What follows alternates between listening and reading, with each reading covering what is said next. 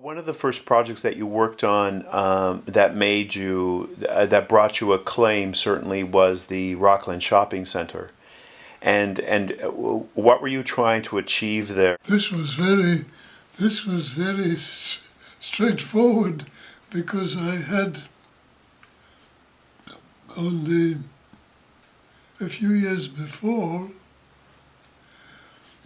been directly involved in the designing of the Festival of Britain 1951, and I had three sections to design, and on that occasion I became aware of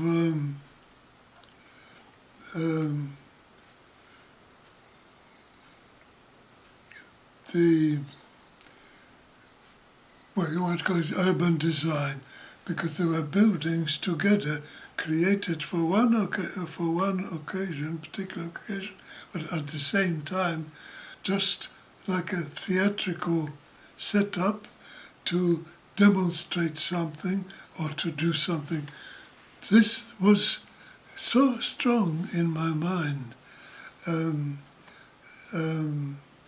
that when somebody else asked me to design this Rockland Shopping Centre, I thought of that all the time.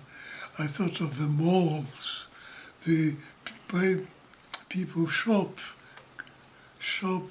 and go around, and then the sequencing of a certain episodic period of time, an episode that has a theme, reason why you're there, what you want to do, and a time limit to make it into a coherent experience. So I wanted, I was, my partner at the time said, "Oh, well, it's very simple. We made a strip of stores." I said, no, that's not good. Strip doesn't. So we went and looked at shopping centres throughout the continent. And everywhere there were these strips of shops.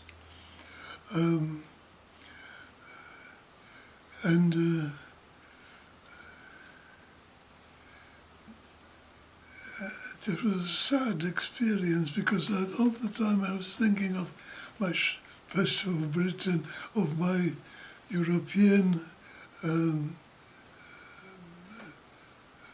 places I loved as places, Place des Vosges, plus in Paris,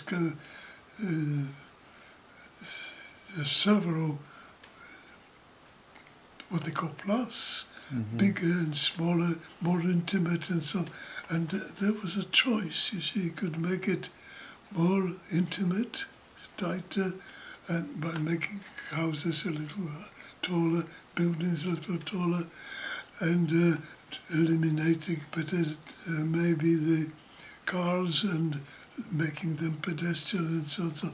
And that's what we were gradually thinking, that transposing the ideas of Festival Britain, as ridiculous as it might sound, into a cool, mercantile environment. Mm-hmm. Yeah. We thought, well, they must be tight, but not too tight to make the buildings dominate, not to make, because the buildings are very difficult to tell the merchant to be on the third level. Nobody wants to be on the third floor. Even on the second level, it's pretty difficult. So that meant that if the building is single story, or two-story, the distance between them had to be tighter to make the proportions more intimate.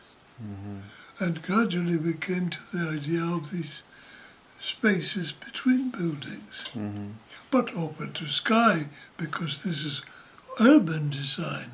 We wanted, thinking about Europe, we wanted to bring European cityscape, which didn't last very long, because only maybe 20 or 30 years later, Morgans decided to cover it with the roof and make it into a building. That was the finish. It was no longer urban design, it was a building. Yeah, I've only seen photos of it, but it looked very also playful. You worked with people like Norman Slater, yes? Tell me about how you worked with Norman Slater to develop those ideas in Rockland. Norman Slater did two things. One was decorative treatment of part of the facade of Morgan's, which was very nice, but only to bring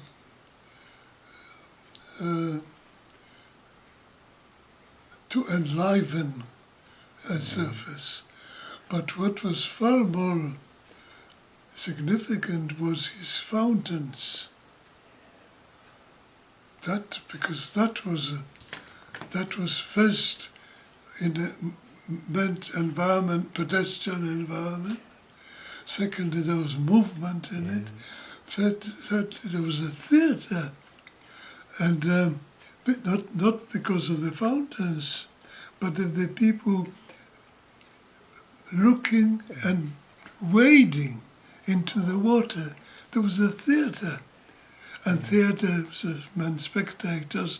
It meant a certain emotional response. Like people would say, "Oh, look at the kids playing in the water." That was the great thing that disappeared. Would be wanting more of that, wanting the cities to look like that. But we lost. Did Maria work on Rockland with you at all? Maria did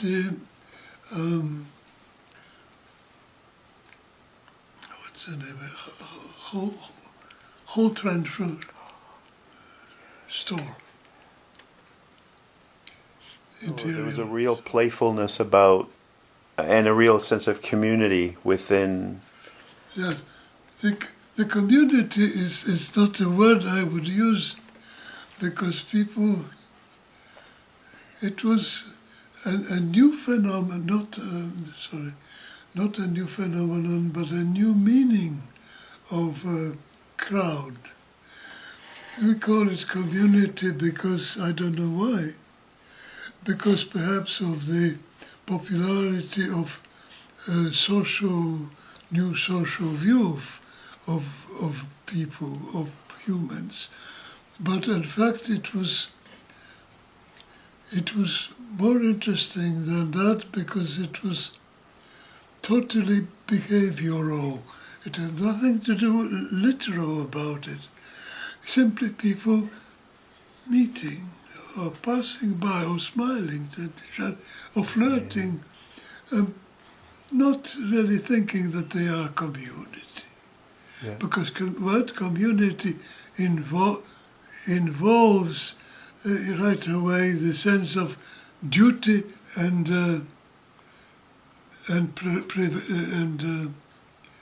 prerogative. If you're a member of community, you